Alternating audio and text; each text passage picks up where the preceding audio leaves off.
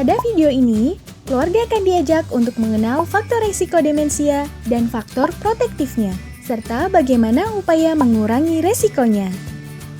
Saya jadi takut kalau anggota keluarga ada yang mengalami demensia. Apa saja ya faktor risiko dan faktor protektif yang harus diketahui? Faktor risiko adalah faktor yang memberikan dampak negatif pada seseorang. Sedangkan faktor protektif adalah faktor yang dapat meminimalkan dampak negatif atau bersifat melindungi.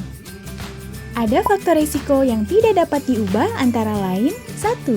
Usia, yaitu terjadi peningkatan 2 kali lipat setiap 5 tahun pada individu di atas 65 tahun. 2. Jenis kelamin, yaitu perempuan lebih rentan menderita dibanding laki-laki. 3. Keturunan, yaitu perlu kewaspadaan apabila ada yang menderita demensia pada orang tua atau saudara yang sedara. Faktor risiko yang dapat diubah antara lain 1. Hipertensi atau tekanan darah tinggi. 2. Hiperkolesterolemia atau kadar kolesterol yang tinggi. 3. Diabetes atau penyakit gula. 4. Depresi atau perasaan sedih dan tertekan dapat membuat seseorang menarik diri atau isolasi sosial. 5. Merokok. Hal ini dapat mempercepat penyempitan pembuluh darah akibat racunnya. 6. Obesitas atau kegemukan. 7. Kurang tidur. Waktu ideal untuk tidur adalah 7-8 jam per hari. 8. Cedera kepala. Menjaga agar tidak terjadi kecelakaan atau benturan pada area kepala. 9. Gangguan pendengaran. Hindari mendengarkan musik atau suara yang terlalu keras.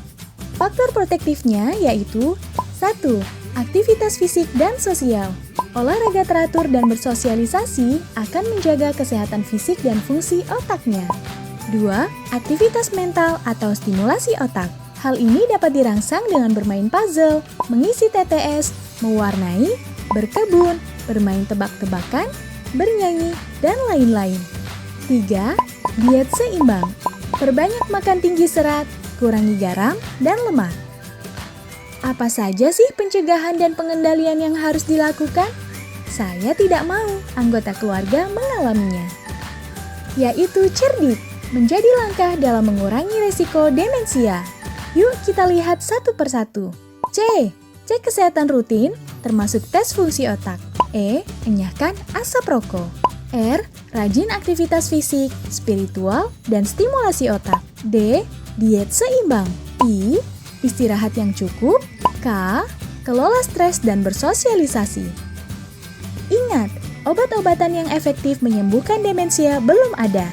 Kita berusaha memperlambat gejala yang ada agar tidak semakin berat.